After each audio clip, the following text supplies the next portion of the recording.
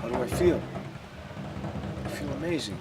I guess that's where we all play music, is we're waiting for those moments where we, I guess, get in touch with a higher power.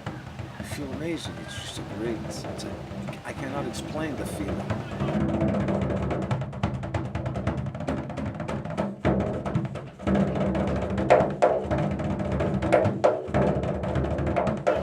How do I feel? I feel unbelievable. That's why we continue playing. Because it feels great when you get into the zone.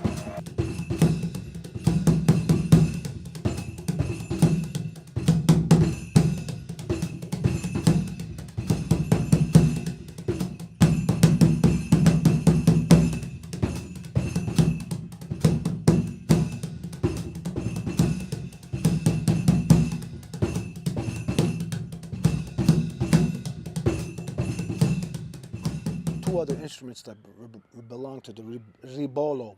There's the tam-tam, T-A-M, which is the bigger one, 14 inches. There's the ribolo, which is 12 inches. That's the one that I'm playing. And there's a hipiniki di mao, which is smaller. So it's kind of like soprano, tenor,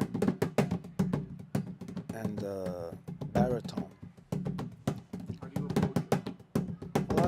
I can play samba, but instead of playing it this way, I played kind of like a hand drum.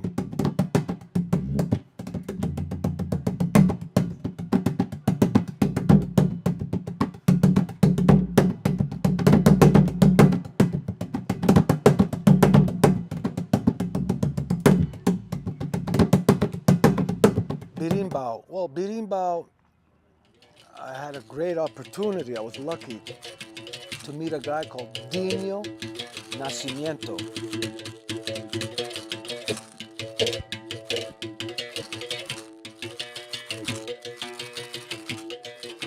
As a matter of fact, the way I met him is extremely funny. There was this area where people used to sell weed in São Paulo. We used to pay like 20 bucks for a whole bag. And I met this guy's son selling weed on the street. He told me that his father played berimbau. His father was Dinho Nascimento. And I told him, yeah, my father's Chick Corea. But he didn't know what Chick Corea was. I said, okay, my father's Gilberto Gil. He goes, well, how could you be your father? You're white and he's black. I go, your father's not Dinho? He goes, well, come on, he lives around the corner. I went in, and believe it or not, it was Dinho Nascimento. So that's kind of like, you know, going to LA and meeting Chick Corea's son on the street. My father's Chick Corea, yeah, right. And he is. So Dinho, I met him, hung around, we played a little bit, and right away he gave me a berimbau, he gave me my first lesson. He told me the only thing you gotta learn about this instrument is how to hold it, balance it.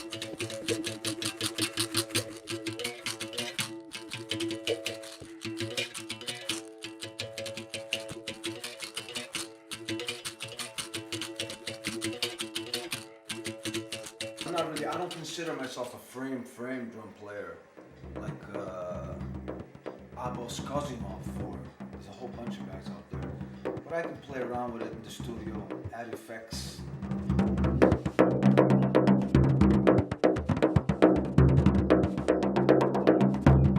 Well, actually, the first frame drum player I've seen play was Glenn Velez. Then a friend of mine from Italy, Arnaldo Vacca, and Alfio Antico from Sicily.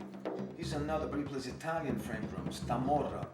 There's a whole bunch of guys from Italy, southern Italy, that play Tamorra. Unbelievable.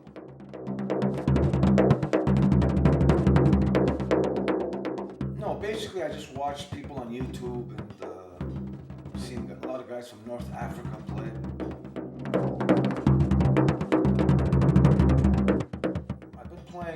Frame drums, it's not something that I practice and dedicate myself to it totally. I don't know, about 10 years, 9 years, 8 years.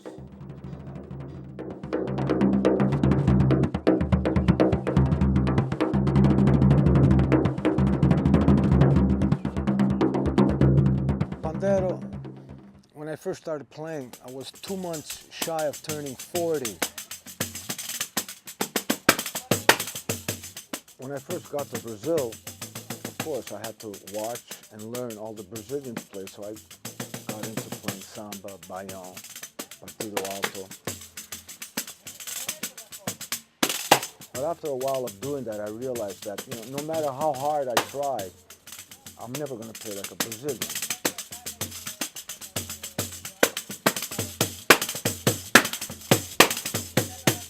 At one point, I had to get away from that style because, I let the Brazilians do what they do. I wanted to approach the pandeiro my way. I use it more of a solo instrument. I mean, I can accompany people in different styles of music, but I use it more for soloing.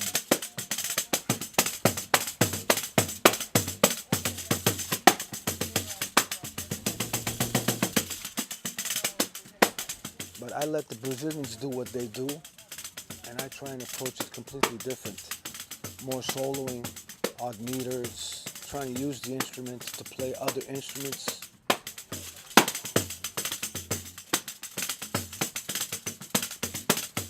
Trying to come up with my own style, my own way of expressing myself on the instrument.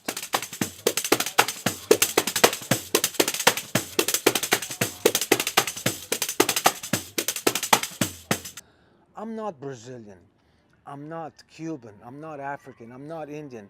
I was born in Montreal, Quebec, Ville Saint-Michel to be exact, an Italian neighborhood. I grew up listening to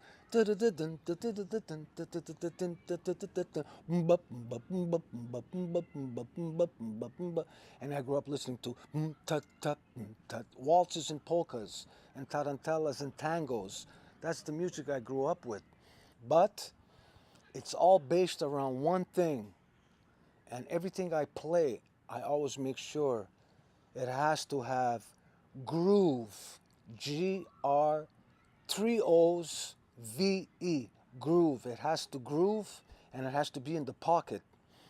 To me, that's what drums and percussion is all about.